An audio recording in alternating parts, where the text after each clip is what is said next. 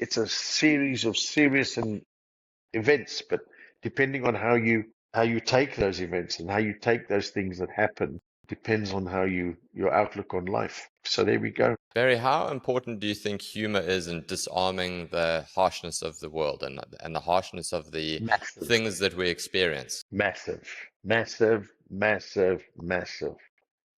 I was on stage 2 years ago when all this stuff started. I walked on stage and a woman said to me, "I hope you're woke."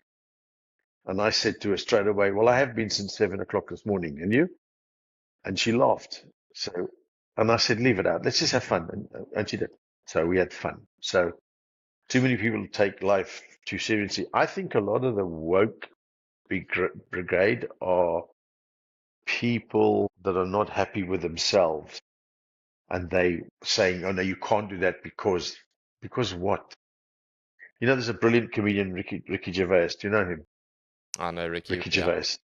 Okay, so he actually said he'd made an advert now. He said, "Listen, guys, I'm having a new show, and it's going to be this. I'm going to upset a lot of people, but it's all real, and it's this and that and that.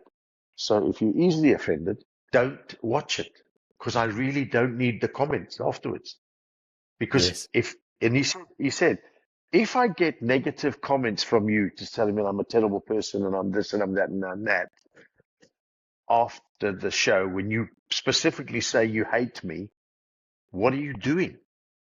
Why are you doing it?" Yeah. So he's actually social. I love Ricky Gervais because he's out there, but bang, straight away. Once I was on a ship 10 years ago, and people take offense to stupid things. Stupid.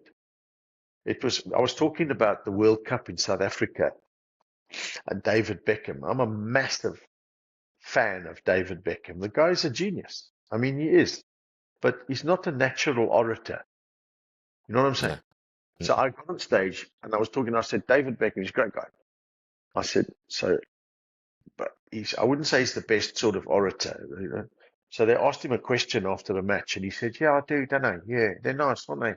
Yeah, they're little white things, aren't they? Like that, yeah.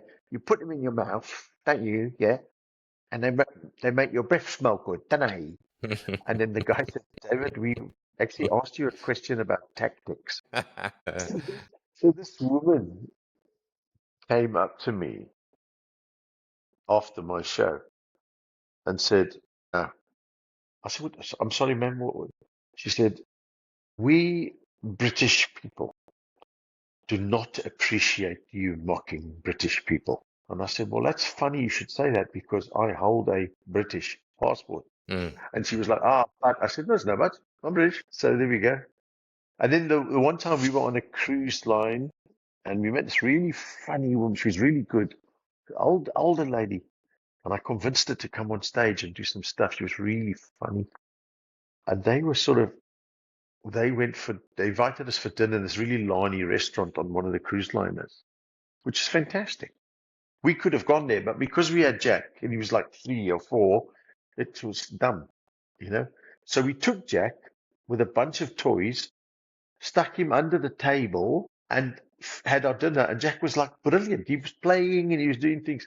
So I get called to the cruise director the next day, and the guy said to me, "We've had a complaint." And I said, "About what?" "Not my show, surely." He says, "No, people loved your show." He says, "But we've had a complaint and people are concerned that you mistreating your son." And I was like, "Please explain." "No, they think it's very, very wrong that you allow your son to run around barefoot." Are you serious? I'm not lying to you. I said to the guy, "What?" And I said to him, "We're Christians." So she says, "What does that got to do with it?" I said, "He's got soul."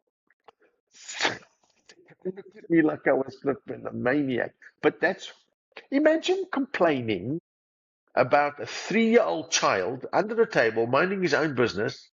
His parents have brought him in and he's got quiet, but he's not wearing shoes. Now that has upset you so much, you have to put a formal complaint in. Yes. How is your life when you do something like that? What is your life if you have time to complain about rubbish like that? That's dumb. Yeah. But unfortunate for us now, for inspirational speakers, the world is full of clowns like that. Most people in the world are fabulous, law-abiding, great people, great people. But you have pooples wherever you go.